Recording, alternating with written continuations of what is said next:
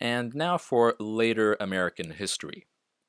The California Gold Rush of 1849, actually it began in 1848, but 49 is more famous because the people who moved to California then called 49ers. Anyway, these are the pioneers who moved to the frontier, basically just the western half of the country, to settle and create towns.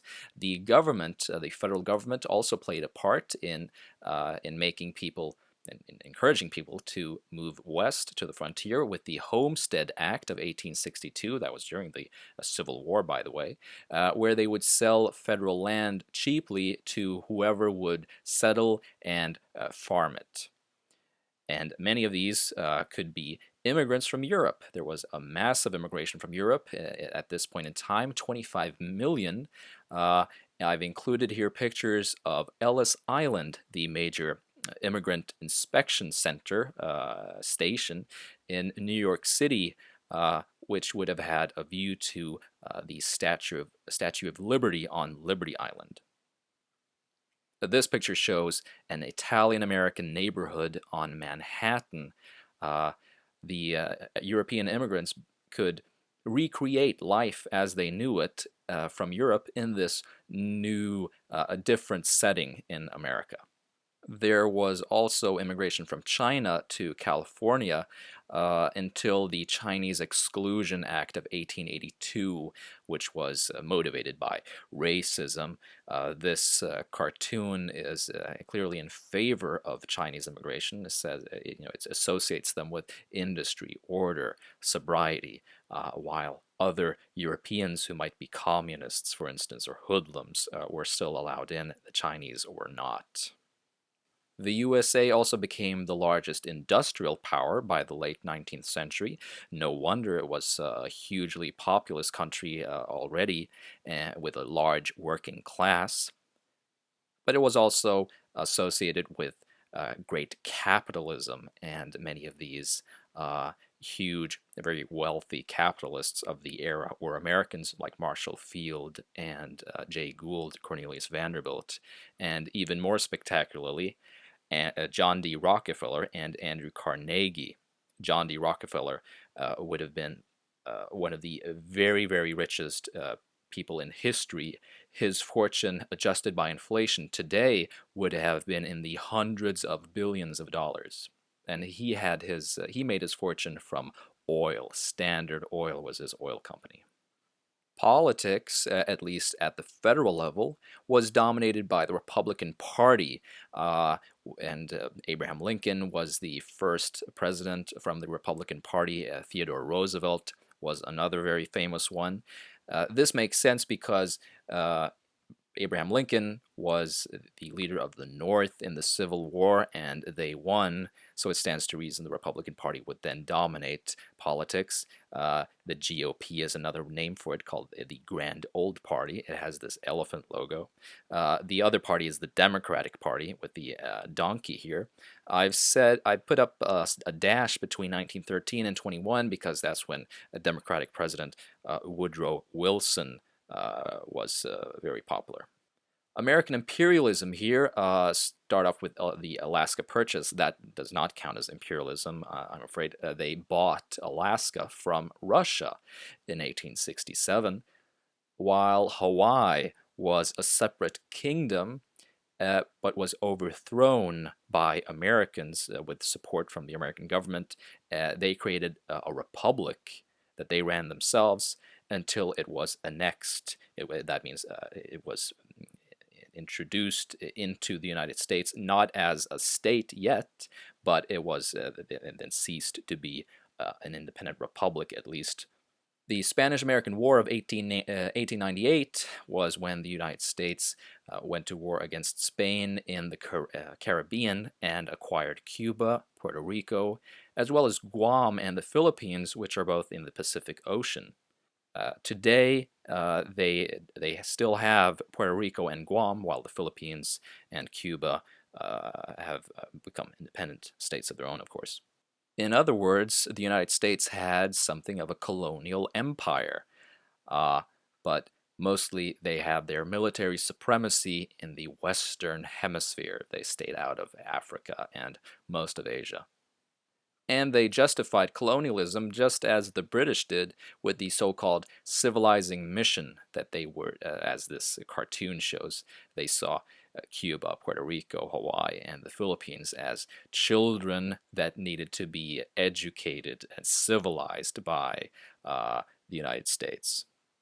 From World War I to World War II, a timeline here.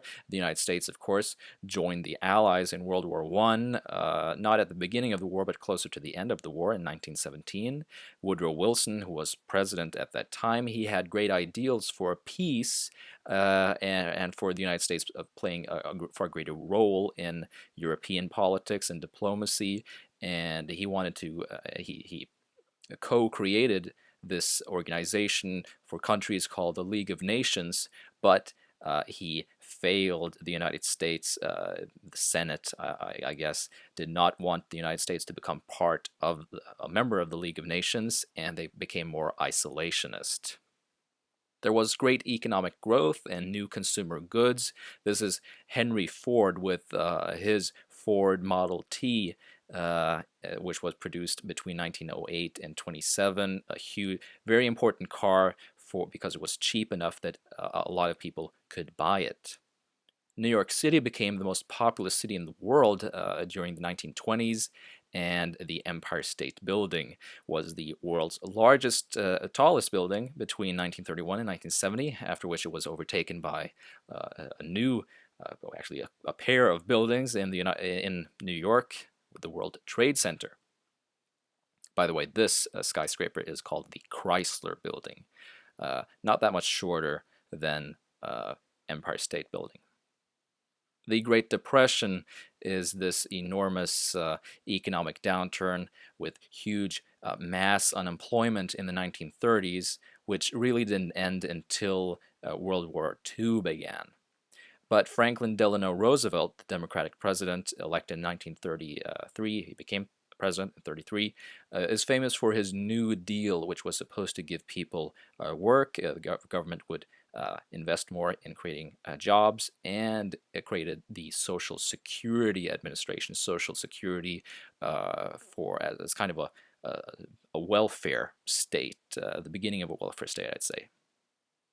And with the attack on Pearl Harbor on December 7th, 1941, that was when the United States entered World War II. Germany declared war on the United States right afterwards. This attack was, of course, done by the Japanese on this military Navy base on Hawaii. But anyway, that's how the United States entered World War II. America has become a superpower. That happened due to World War II, but I'd like to draw it back to World War I. Because of World War I, the United States could become the largest creditor nation. Many European countries had to borrow money from the United States.